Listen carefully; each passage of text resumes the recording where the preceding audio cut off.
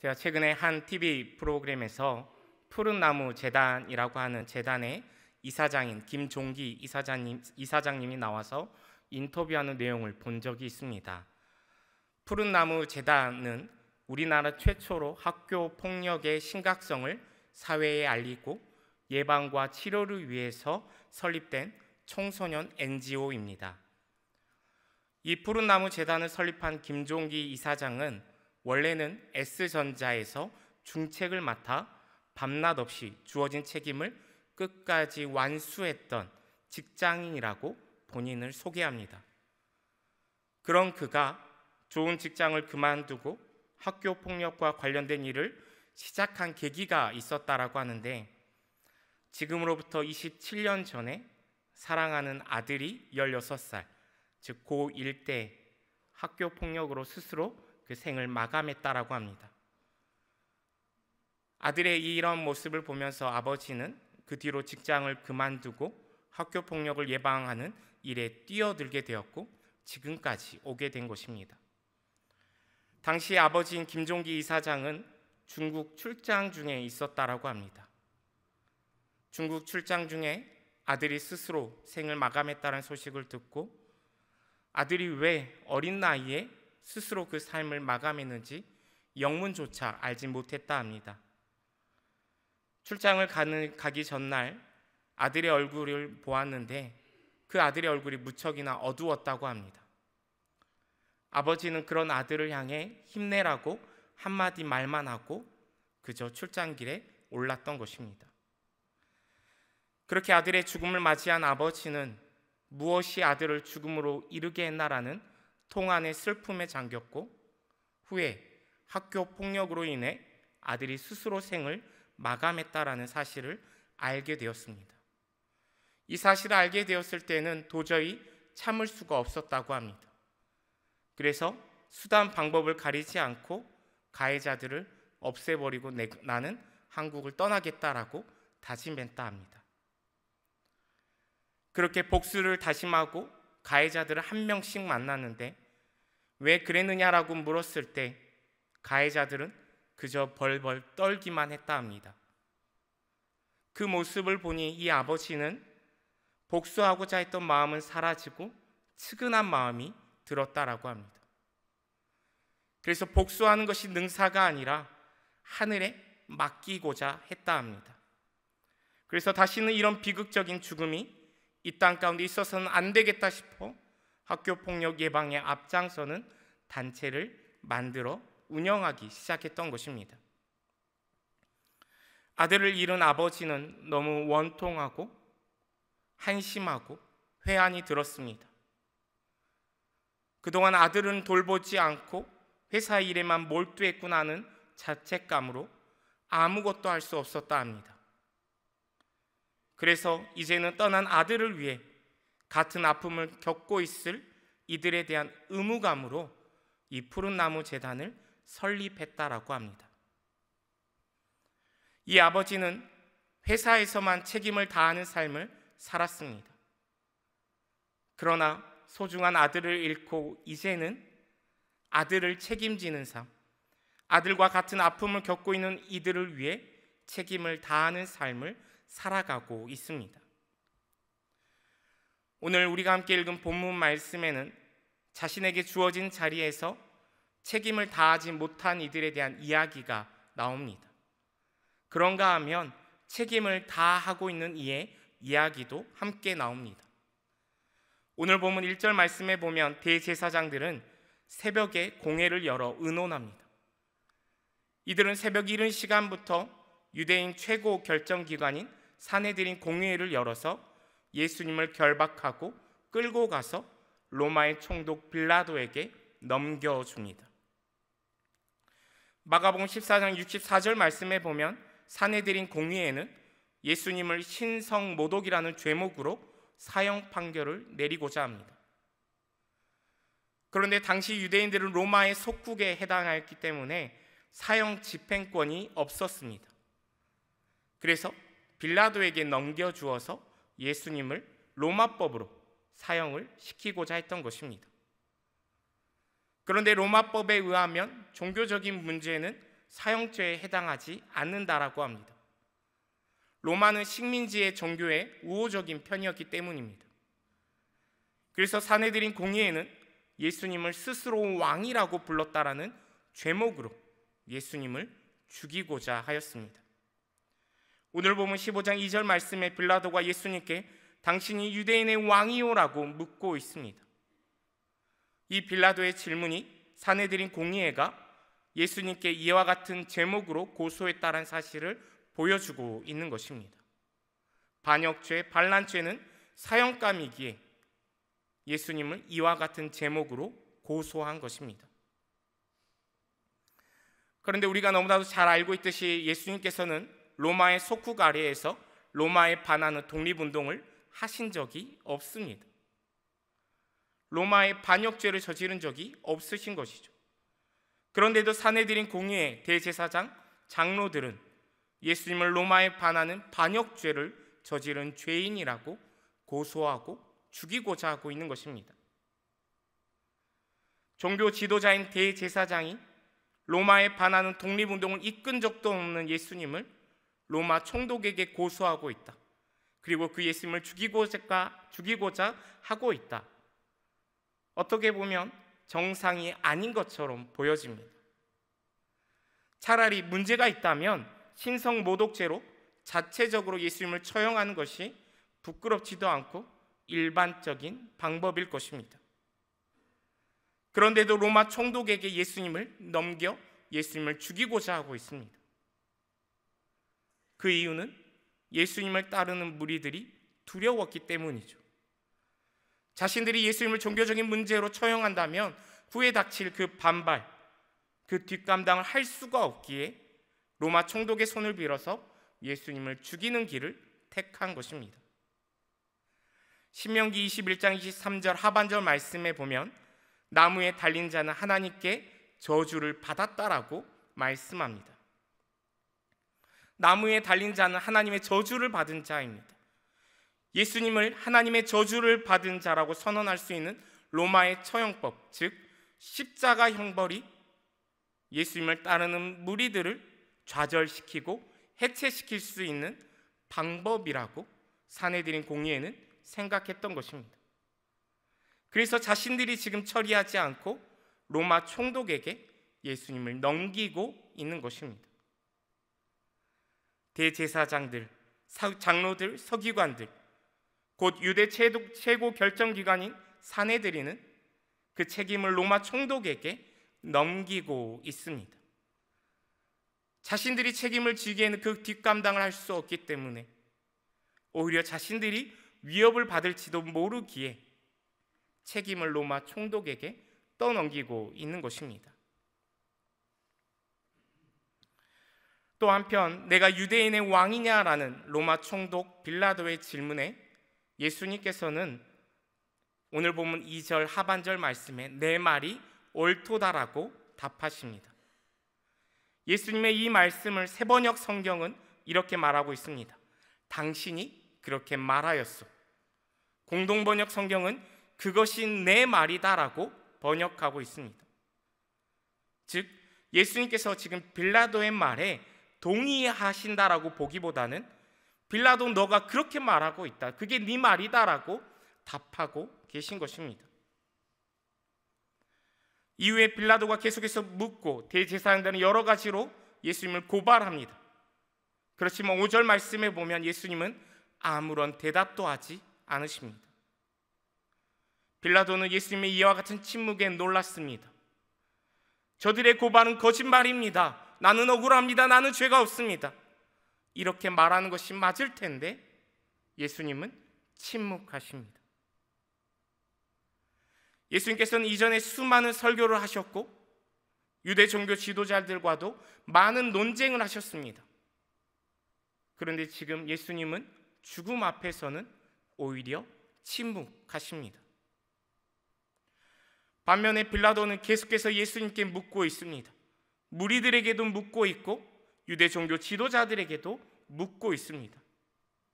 빌라도는 계속해서 말을 하고 있습니다. 왜 빌라도는 계속해서 말을 할까? 바로 판결을 해야 하기 때문이죠. 즉 빌라도 자신이 판결의 책임자이기 때문에 빌라도는 계속해서 말을 하고 있는 것입니다. 그런데 빌라도는 책임자임에도 불구하고 책임 있는 말과 행동은 보여주지 않습니다. 오늘 보면 10절 말씀에 이는 그가 대제사장들이 시기로 예수님을 넘겨준 줄 알았다라고 말씀합니다. 빌라도는 대제사장들이 예수님을 시기하여서 죄를 덮어씌우고 고발했다는 사실을 알았던 것입니다. 예수님께 죄가 없다라는 것을 빌라도는 알고 있었다라는 것이죠. 그렇다고 한다면 판결의 책임자인 빌라도는 예수님을 풀어주는 것이 맞습니다. 아니면 명절 특별 사면으로 예수님을 풀어줄 수도 있기 때문에 그 기회를 놓치지 말고 예수님을 풀어주어야 했습니다. 그게 책임자의 책임 있는 판결이죠. 그런데 빌라도는 예수님을 풀어주지 않았습니다. 오히려 대제사장들과 무리의 충동에 바라바를 풀어줍니다. 결국 빌라도는 예수님을 십자가에 못 박히게 넘겨주었습니다. 오늘 보면 15절 말씀에 이렇게 말씀합니다. 빌라도가 무리에게 만족을 주고자 하여 바라바는 놓아주고 예수는 채찍질하여 십자가에 못 박히게 넘겨주니라. 빌라도도 지금 유대 종교 지도자들과 동일하게 눈치를 보고 있습니다. 특별히 여기서 넘겨주리라라는 단어는 그 원어적인 의미로 보면 내어주다라는 뜻을 가지고 있습니다. 이것은 한마디로 빌라도가 책임을 내어주고 있다라는 것입니다. 예수님을 죽이고자 고발한 사람들은 유대 종교 지도자들이죠. 예수님을 십자가 죽음으로 몰고 간 장본인들은 다름 아닌 유대 종교 지도자들입니다. 그런데 우리가 믿음으로 고백하는 사도신경을 보면 누구의 이름이 나오고 있습니까? 빌라도의 이름만 들어가 있습니다. 본디오 빌라도에게 고난을 받으사 십자가에 못 박혀 죽으시고, 유대 종교 지도자들이 더 나쁩니다. 그런데 그들의 이름은 사도신경에 등장하지 않습니다. 빌라도의 이름만 사도신경에 들어가 있습니다. 다른 이유가 있을 것입니다. 그러나 오늘 말씀에 보면 빌라도가 판결의 책임자이기 때문이 아닐까 싶습니다. 책임자로서 책임을 다하지 않고 예수님을 채찍질하고 십자가에 못 박히도록 내어주었기 때문에 빌라도의 이름이 사도신경에 들어가 있는 것입니다. 빌라도는 책임을 다하지 않고 그 책임을 회피하고 내어주고 있기 때문입니다. 책임을 져야 하는 빌라도는 책임을 지지 않고 회피합니다. 그렇지만 예수님은 십자가를 지심으로 그 책임을 다하셨습니다. 말만 번지르르하게 하신 것이 아니라 침묵하시며 행동으로, 행함으로 책임지셨습니다. 오늘 보면 14절 말씀에 보면 빌라도가 무리에게 이렇게 말합니다. 정말 이 사람이 무슨 나쁜 일을 하였어? 빌라도는 지금 예수님께 죄가 없다는 사실을 잘 알고 있습니다. 그리고 공감하며 사람들의 공감 또한 유도하고 있습니다. 그러나 정작 빌라도는 책임지지는 않습니다. 말만 하는 것, 사실관계만 파악하는 것, 공감하는 것, 이 또한 중요하겠지만 더 중요한 것은 책임지는 것이겠죠. 그러나 빌라도는 책임지지 않습니다. 책임을 회피하고 예수님을 십자가에 못 박히도록 내어주고 있습니다. 오늘 본문 말씀에 보면 넘겨주다라는 단어가 총 3번 나옵니다. 그런데 우리가 곰곰이 생각해 보면 예수님은 누군가가 넘겨주어서 십자가를 지신 분이 아닙니다. 누군가에 의해서 떠밀려서 지금 십자가를 지신 분이 아니라는 것이죠. 예수님께서는 스스로 십자가 책임을 다 하신 것입니다. 예수님께는 죄가 없습니다. 이 말은 예수님께는 책임이 없다라는 말이죠. 책임이 없으신 예수님께서는 십자가에서 죽으심으로 말미암아 오히려 책임을 지고 계신 것입니다. 내가 책임져야 할 것을 예수님께서 책임지고 계신 것입니다. 내가 책임지고 내가 고통당해야 할 것을 예수님께서 고통당하시고 죽으심으로 책임지고 있으신 것입니다. 내 책임인데, 내 잘못인데, 내 죄인데 죄 없으신 예수님께서 책임지시고 그 죄를 담당하고 계십니다. 예수님의 이 책임지시는 행동으로 말미암아 우리가 구원받은 것이죠. 우리는 지금 고난주간을 보내고 있습니다. 우리가 일반적으로 고난주간 그리고 사순절이라고 하면 무언가 절제하는 것에 초점을 맞추며 살아갑니다. 절제하며 예수 그리스도의 고난에 동참하며 살아가는 것입니다. 이 신앙의 모습이 정말 아름답습니다. 당연히 우리가 사순절을 보내며 고난주간을 보내는 우리 신앙의 모습이어야 할 것입니다. 그러나 우리가 절제하는 것에만 그치는 것이 아니라 여기에 더해서 예수님께서 하신 일 또한 우리도 따라해보는 삶이 되기를 소망합니다. 책임지신 예수님을 따라 우리 또한 책임지는 삶을 살아가야 하는 것입니다. 그리스도인이라고 하면 예수님처럼 책임지는 삶을 살아가야 하는 것입니다. 그러면 우리는 어떤 책임을 지고 살아가야 할까요? 모든 책임을 내가 다 지고 살아가야 할까요? 예수님께서는 십자가 죽으심으로 책임을 다하셨습니다. 하나님의 아들이신 예수님께서 이 땅에 죄인인 사람의 몸으로 오셨습니다. 그것도 부족해서 사람의 몸으로 오신 예수님은 말 구유에 처음으로 누우셨습니다. 그리고 예수님의 마지막은 십자가였습니다. 이처럼 예수님은 낮아짐으로 시작하셔서 낮아짐으로 끝난 삶을 사셨습니다. 독일의 신학자이자 영성가였던 본 회퍼 목사님께서 이렇게 말했습니다. 그리스도의 시작은 말 구유였으며 끝은 십자가였다. 예수님은 그렇게 철저히 낮아지시고 또 낮아지신 삶을 사셨습니다. 예수님께서는 십자가를 지시기 전에 제자들의 발을 씻겨주셨죠. 우리가 누군가의 발을 씻기려면 허리를 구부려야 합니다. 고개를 숙여야 하고 시선을 낮추어야 합니다. 예수님께서는 그렇게 철저하게 낮아지셨습니다. 제자들의 발을 그렇게 씻겨주신 예수님께서 이렇게 말씀하시죠. 내가 너희에게 행한 것 같이 너희도 행하게 하려 하여 본을 보였노라. 우리도 낮아져야 한다 말씀하십니다. 우리도 몸을 낮추고 시선을 낮추라 말씀하십니다.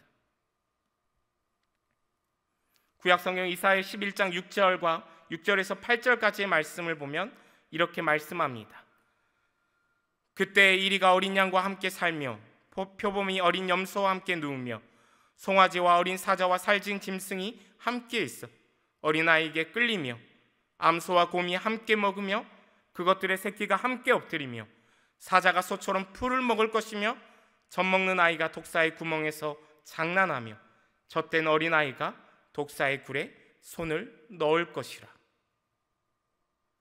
이 말씀은 하나님께서 다스리시는 하나님 나라의 모습을 이야기하고 있습니다.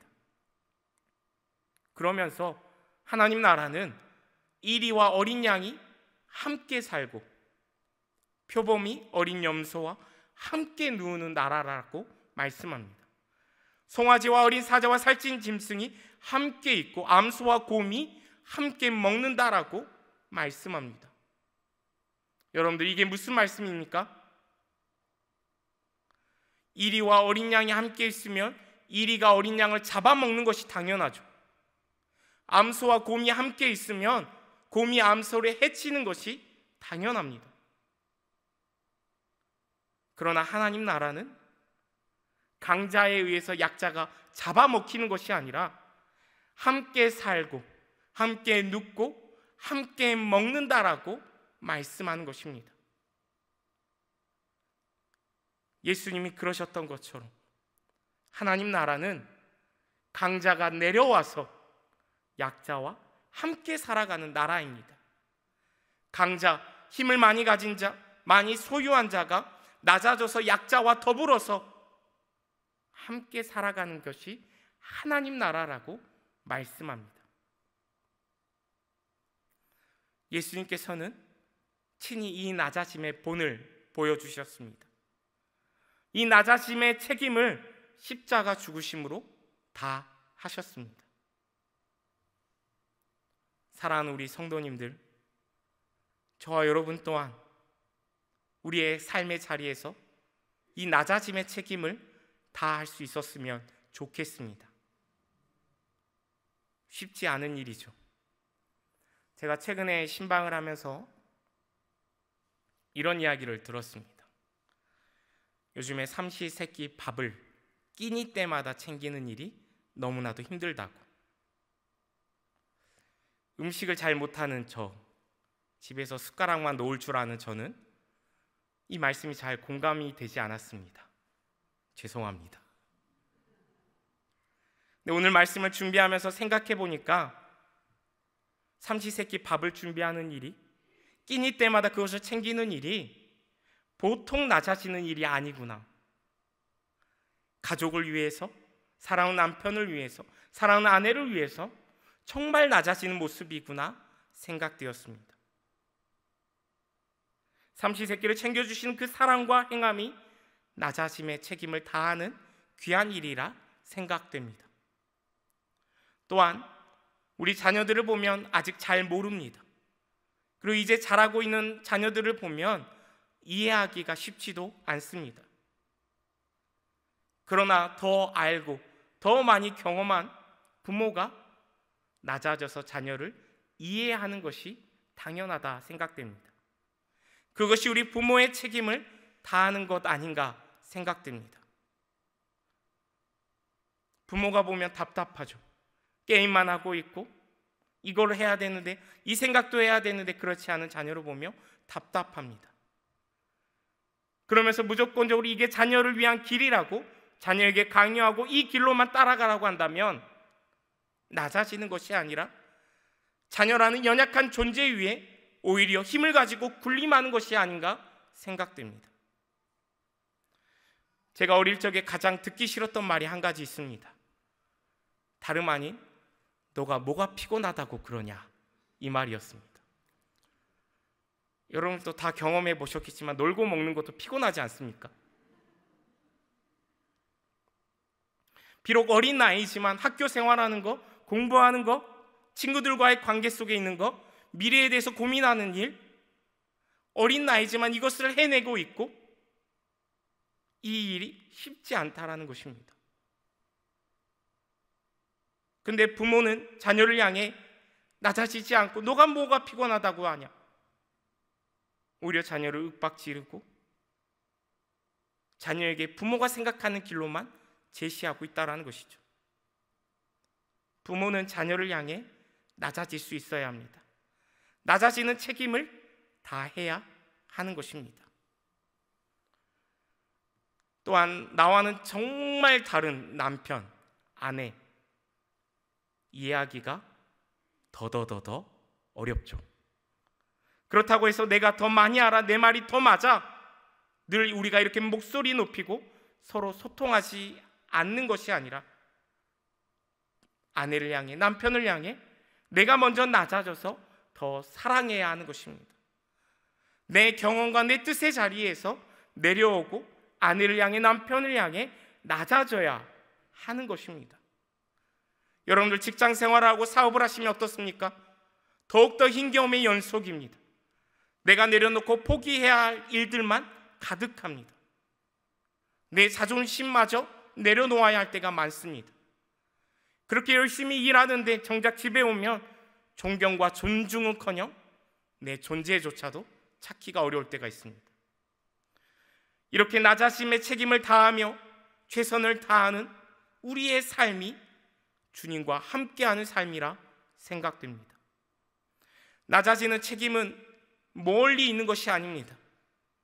우리가 지금 누리며 살아가고 있는 우리의 일상에서 우리가 지금 감당하고 있는 일들, 그리고 거기에 조금 더 노력한 그 일들이 바로 낮아짐의 책임이라 생각됩니다. 또한 우리가 살아가는 이 사회를 보면 우리 주변에 소외된 이들, 어려운 이들, 외롭게 고군분투하고 있는 이들이 많이 있습니다. 그들을 향해서도 낮아지는 것이 우리의 책임입니다. 오늘 설교의 시작 때 함께 나눴던 아들을 잃은 아버지는 아들이 겪었던 아픔, 그 어려움을 똑같이 겪고 있는 이들에 대한 책임감, 의무감으로 자신의 자리에서 내려왔습니다. 물론 자식이 죽고 아무 일도 할 수 없는 그 부모의 비통한 심정으로 억지로 내려왔을지도 모릅니다. 그러나 밤낮으로 모든 책임을 다했던 자신의 그 일터라는 자리에서 이 아버지는 내려왔습니다. 그리고 27년이라는 시간 동안 쉼없이 그 어려움을 겪고 있는 이들을 위해 달려왔습니다. 알아주는 이도 많지 않던 외롭고 힘든 길이었다 말합니다. 안간힘으로 그 길을 버티며 지나온 시간들이었다라고 표현합니다. 그럼에도 불구하고 여전히 아파하고 여전히 힘들어하고 있을 이들을 향해 낮아지는 책임을 이 아버지는 다하고 있습니다. 그렇기에 학교 폭력에 대한 관심을 이 사회가 갖게 되었고 특별법이 제정되었고 어려움을 겪고 있는 이들이 도움의 손길을 내밀 곳이 생기게 된 것이죠. 사랑하는 우리 모든 성도님들, 우리 또한 우리의 삶의 자리에서 이 낮아짐의 책임을 다할 수 있었으면 좋겠습니다. 강자로, 많이 소유한 자로, 권력을 가진 자로 군림하기보다 주님이 낮아지셔서 책임 없으신 주님께서 우리를 대신해서 책임지시고 십자가를 지셨던 것처럼 우리 또한 나의 삶의 자리에서, 나의 가정에서, 나의 교회에서, 나의 직장, 나의 사업장에서, 그리고 내가 만난 그 모든 관계 속에서 그 십자가를 지며 낮아질 수 있는 삶을 살아갔으면 좋겠습니다. 우리가 낮아짐의 책임을 다하여서 예수님처럼 누군가를 살릴 수 있는 저와 여러분이 다 되길 소망합니다. 기도하겠습니다.